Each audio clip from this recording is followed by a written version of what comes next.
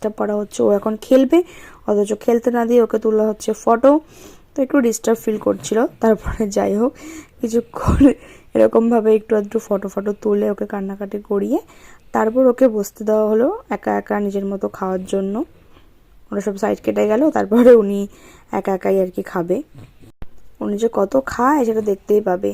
এত কিছু চটকা চটকি করলো কিন্তু একটা ভাতও উনি মুখে দিল না। আসলে উনি বুঝে গেছে যে এটা এবার থেকে ওনাকে খাওয়ানো হবে এইসব, তাই জন্য আর উনি আর রিস্ক নিল না, সব কিছু চটকে ফটকে একাকার করে ফেললো।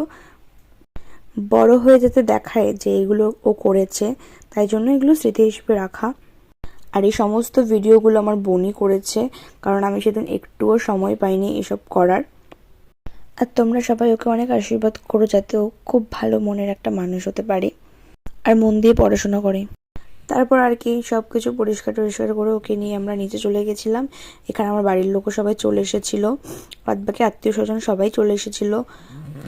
সবার সাথে কথা বলতে বলতে আমি প্রচণ্ড ব্যস্ত হয়ে পড়েছিলাম, কোনো কিছুই আমার করা হয়নি ভিডিও। আর এখানে আমার মামি ওকে একটা গিফট দিয়েছিল, সেটাই পরিয়ে দিচ্ছিল ওকে। আর সেদিন অনেকটাই গরম পড়েছিল, তো বাচ্চা মানুষ এত কিছু সামলে ও যে চুপ ছিল এই অনেক আমার জন্য। আর এখানে ওর বিক্রম মামা ও ভাগ্নির জন্য একটা ছোট্ট একটা গিফট এনেছিল, ও বাঘ পছন্দ করে তাই ভাগ্নিকেও বাঘ দেবে আর কি। আর এই যে এখানে আমার দিদির মেয়েও। তো আমার কাছে এইটুকুই ভিডিও ক্লিপ নেওয়া হয়েছিল আর কি আমার ফোনে। আর এখানে আমার ফটো দিয়ে এইটুকু ডেকোরেশনের আইডিয়াটা আমারই ছিল।